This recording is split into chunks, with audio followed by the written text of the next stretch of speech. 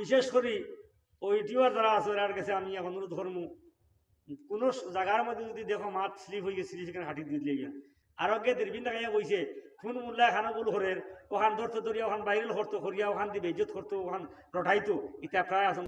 বিশেষ করে সোয়াবর মুস্তাহিদ বনবাই পয়সা রুজি করো আর না করো এখান দুই তোমার মাত এই যে দিনই মা তখন পৌঁছাই দেওয়া এই সোয়াবর খাম।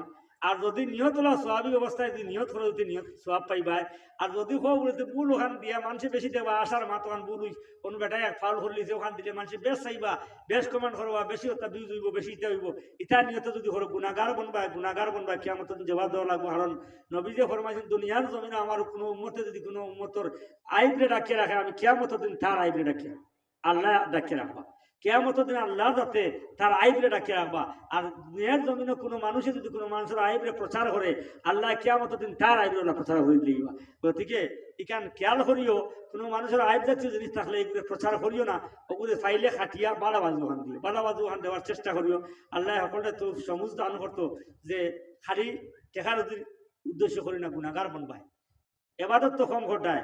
ইউটিউবার এখন সারা রাত ও তোমার ওটা ক্যামেরা হল্লাই ফজর নাই জোর নাই আসর নাই মাগরিব নাই অনল নাই ওনায় আইসো নমাজ হরিলে নাই নমাজও হরিও। আর যদিও নমাজ পড়তে পারো না কিন্তু আরব গুণাগার বনবা নমাজ না পড়িয়া এক গুণাগার। আর ও বুল ওখান রঠাইয়া দেওয়ার নাম আরব গুণা ও দুই গুণার মালিক বনবাই ইটা করিও না ওয়াজু খাটিয়া দিও। আল্লাহকে আসতে আল্লাহ পাক পরবর্তী আলম তৌফিক দাও আমি